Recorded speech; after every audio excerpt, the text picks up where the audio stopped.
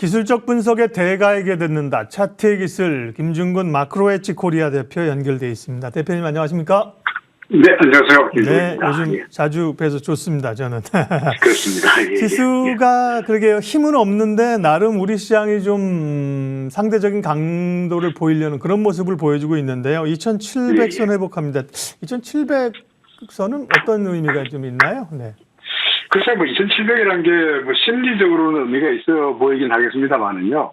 그 외에 차트상으로 본다면 그 언저리에서 우리 강력한 지지나 저항이 나타나지 않았기 때문에 심리적으로 2,700선이란 그 외에는 뚜렷하게 의미는 별로 없다고 생각이 되고요. 어제도 제가 나와서 말씀드렸습니다만 오늘은 주가가 조금씩 상승하고 있긴 합니다만은 그다지 큰 폭의 상승이나 또는 큰 폭의 하락 없이 다소간 좀 지지부진한 모습이 나타나고 있지 않습니까? 이것은 역시 그 차트상으로 보더라도 그 일목균형표의 소위 말해서 후행 스팬과 캔들의 그 역학관계로 설명할 수밖에 없겠죠. 아울러서 차트로 보더라도 오른쪽 위에 그 구름대가 버티고 있다 보니까 역시 이런 것들도 저항이 되지 않겠나 싶은데요. 오늘 제가 그 차트를 보면서 재밌는 것을 발견해서 여러분들에게 하나 알려드리려고 합니다. 왜냐하면 일목균형표는 상당히 그 시간을 중시하는데 특히 시간의 경우에도 나름대로 9일이나 17일이나 26일이나 33일이나 40일 이런 나름대로의 수치를 중시하고 있거든요. 근데 오늘을 보면은 지난번 저점 2,591에 비해 정확하게 33일째 되는 날이에요. 근데 과거로 돌아본다면 이게 그 하나의 그 주가가 고점에서 고점까지가 34일 걸렸고요. 지난번에는. 그리고 그 전에는 고점에서 고점까지가 35일 또는 35일 그러니까 33일에서 35일 정도의 기간에서 적극적으로 주가가 그 하나의 사이클을 가지고 움직인다고 말할 수 있겠죠. 따라서 오늘 또는 길게 보아서 내일 모레 정도까지가 바닥에서 출발했던 하나의 좀 재미없는 보합 국면이 뭔가 끝나는 그런 국면이라고 생각이 됩니다. 그렇게 되면 어떻게 할 거냐. 주가가 크게 올라갔거나 아니면 크게 떨어지거나 둘 중에 하나가 조만간 오늘, 내일, 모레 크게 보아서 이번 주 안에 뭔가 시장의 변화가 나타날 공산이 높다. 이렇게 말할 수 있을 것 같네요. 코스닥도 마찬가지의 그 측면에서 이해가 볼 수 있겠는데요.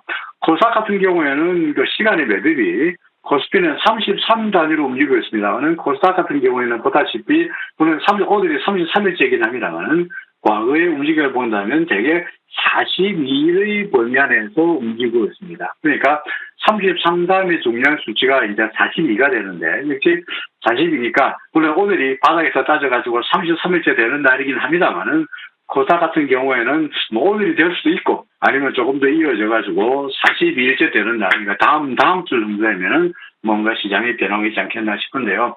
한마디로 말씀드려서 이번 주가 오늘 내일 모레가 뭔가 시장에 크게 움직일 만한 그런 계기가 되는 그런 날이 되지 않겠나 싶습니다. 그게 크게 올라갈 수도 있고요. 또는 크게 떨어질 수도 있고 아직은 방향을 말하기는 성급하긴 합니다만은 하여간 변화일이다 하는 것을 말씀드릴 수 있겠습니다. 말씀하신 것처럼 일목균형표는 하락이나 상승 목표치를 강조하지는 않습니다만 그 시간마디상 변화일 이런 걸 얘기하기 때문에요. 그런 걸 오늘 짚어주셨고요. 섹터 얘기 좀 하겠습니다. 자동차주가 정말 언제쯤 올라올 것인가 기대를 하고 있는 상황인데 오늘은 자동차주가 좀 강한데 중국을 뺀 해외 법인에서의 흑자 소식 이런 게 좀 있었습니다. 그러나 자동차주가 좀 달리기에는 또 아직까지는 자동차 좀 체크해 주세요. 예, 자동차주 그동안 워낙 하락세가 깊었기 때문에 그래서 이제 반등할 때도 되긴 된 것 같고요. 또는 기술적 분석으로 보더라도 이런 보조 지표들이 이제 바닥에서 꿈틀거리는 모습이 나타나고 있다 보니까 현재 반등은 충분히 예상할 수 있는 국면이었죠. 문제는 반등은 언제라도 하락하다가 반등하고 하락하다가 반등할 때 문제는 언제라도 가능한데 이것이 추세적으로 상승세로 돌아서기 위해서는 나름대로의 뭔가 기준을 충족해야 된다고 저는 생각합니다. 그 기준이라는 게 예를 들어서 일목균형표를 말한다면 기준선을 넘어선다거나 아니면은 코스피에서 우리가 볼 수 있듯이 이런 후행 스팽이 캔들이 늪을 넘어간다거나 아니면 궁극적으로 봐서 이 부동의 저항을 뚫고 넘어가야만이 상승세가 이어질 거다라고 단정적으로 말할 수 있을 것 같습니다. 현대차 같은 경우에는 바닥에서 반등을 나타나고 있습니다만 현재 기준선도 넘기지 못했고 또 보행스패도 캔들을 넘지 못하는 이런 모습이고요.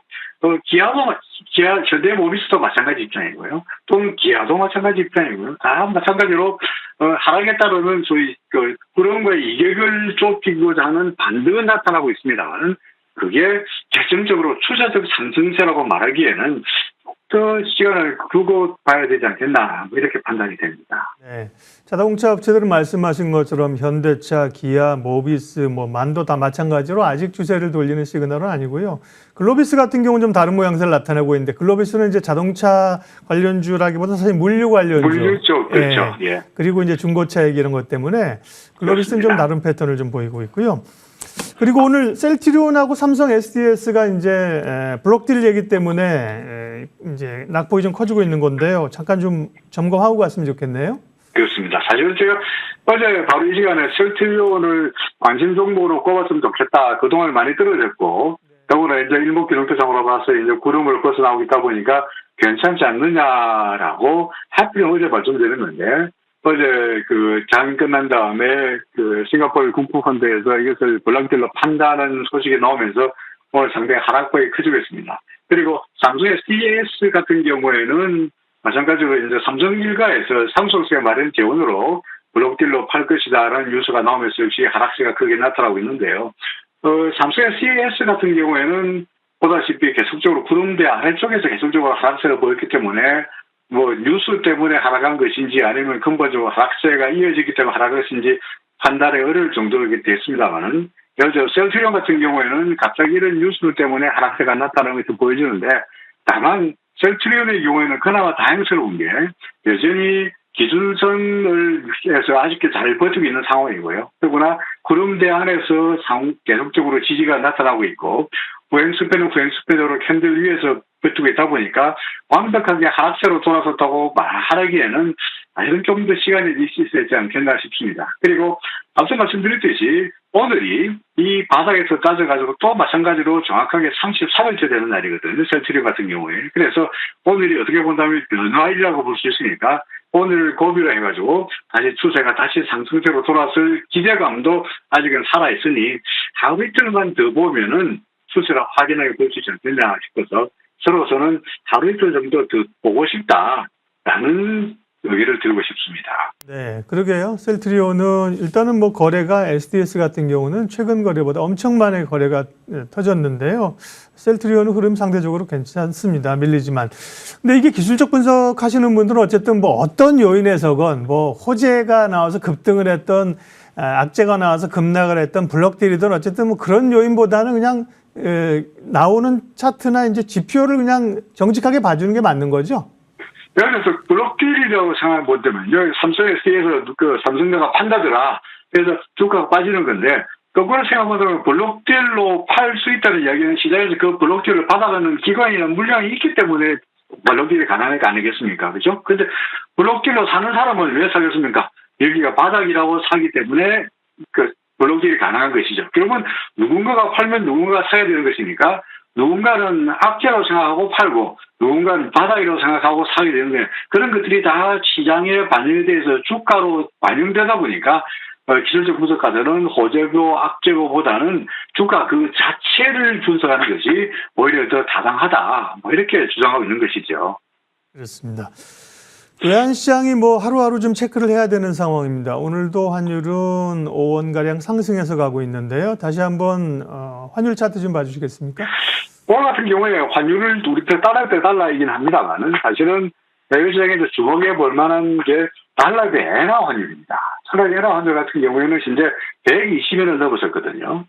달러 대 엔화 환율이 120원을 넘어선 것은 과거로 따져본다면 상당히 오래된 일입니다. 현재 벌써 2019년 저희 차트가 2019년부터 나타나고 있습니다만은 3년 이내로 달러 대 엔화 환율이 120원을 넘어선 적이 없습니다. 그러니까 달러 대 엔화 환율도 계속적으로 상승세를 보이고 있고요. 그러니까 달러가 강세라는 얘기죠. 반면에 유로 대 달러 같은 경우에는 유로 환율이 계속적으로 하락세를 보이고 있습니다. 그러니까 전반적으로 봐서 달러화가 전 세계 시장에서 상당히 강세라 하는 것을 우리가 알 수 있죠. 그러다 보니까 결국은 우리나라 달러의 원화 환율도 덩달아서 상승세를 보이고 있는 것은 뭐 우리나라의 펀더멘털이 나빠서가보다도 뭐 알다시피 전쟁이라든지 등등의 이유로 인해 가지고 달러화가 계속적으로 강세를 보이고 있는 것이 우리나라 환율에 영향을 미치게 되고 보여지는데요. 말씀드렸듯이 그건 다 알겠고 소재와 악기가 모르겠고 차트상으로 봐서 달러에 대한 원화 환율은 어떻게 되느냐라고 본다면 제가 지금 그래프에 그 차트에 그려두었듯이 뚜렷한 상승 채널 안에서 달러에 대한 원화 환율은 움직이고 있고요. 또는 현재 기술선 위에 있고 구름 위에 있고 부행수표는 캔들 위에 있고 뭐 이걸 봐가지고는 어떤 누구로도 객관적으로 달러에 대한 원화 환율은 하락세다라고 말할 수 없는 상황이다 보니까 결국은 뭐 현재로 봐서는 구름을 밑으로 내려가거나 하기 전까지는 뭐 계속적으로 달러에 대한 원화 환율은 상승 추세가 이어질 수밖에 없지 않겠냐 이렇게 말씀드려야 될 것 같습니다. 예. 자, 지수는 제한적이지만 종목별 흐름들은 제가 모두에 말씀드린 것처럼 이제 개별 종목 장세가 펼쳐지면서 개인들이 뭐 나쁘지 않은 구간입니다. 전략하고요. 오늘 또 눈여겨보는 종목 말씀해 주십시오. 예, 어제 제가 센트럴을 말씀드렸다가 크게 떨어진 바람에 사실은 종목을 말씀드리기가 그렇습니다만은 역시 지수로 봐서는 여전히 아직까지는 좀 불확실성 측면이 많이 있고요. 말씀드렸듯이 오늘 내일 뭔가 이번 주 안에 뭔가 지수에 큰 변동이 있을 거 예상되다 보니까 지수 관련주보다는 개별 종목으로 좋아 보이는 종목을 말씀드리고 싶은데요. 오늘 LG노텍에 대해서 그 관심 종목으로 꼽았습니다. LG노텍 어제 계속적으로 상승하고 오늘도 상승세가 나타나고 있습니다만은 52주 신고가를 이어가고 있고요. 뭐 제로로 본다면 뭐 애플이 어떻고 뭐 여러 가지 제로가 많이 나오고 있는 상황인데 뭐 제로는 제로입니다만은 차트성으로 봐서 뚜렷한 상승세 그리고 전고점을 넘었다는 이야기는 뭐 위쪽으로 저항점이 없다는 이야기니까 계속적으로 위쪽으로 봐도 되지 않겠나 싶습니다. 이제 RSI도 매수 신호가 이어지고 있는 상황이다 보니까 굳이 목표를 정한다면 지금보다 한 15% 정도로 높은 45만 원 정도를 목표치로 삼았으면 것 같고요.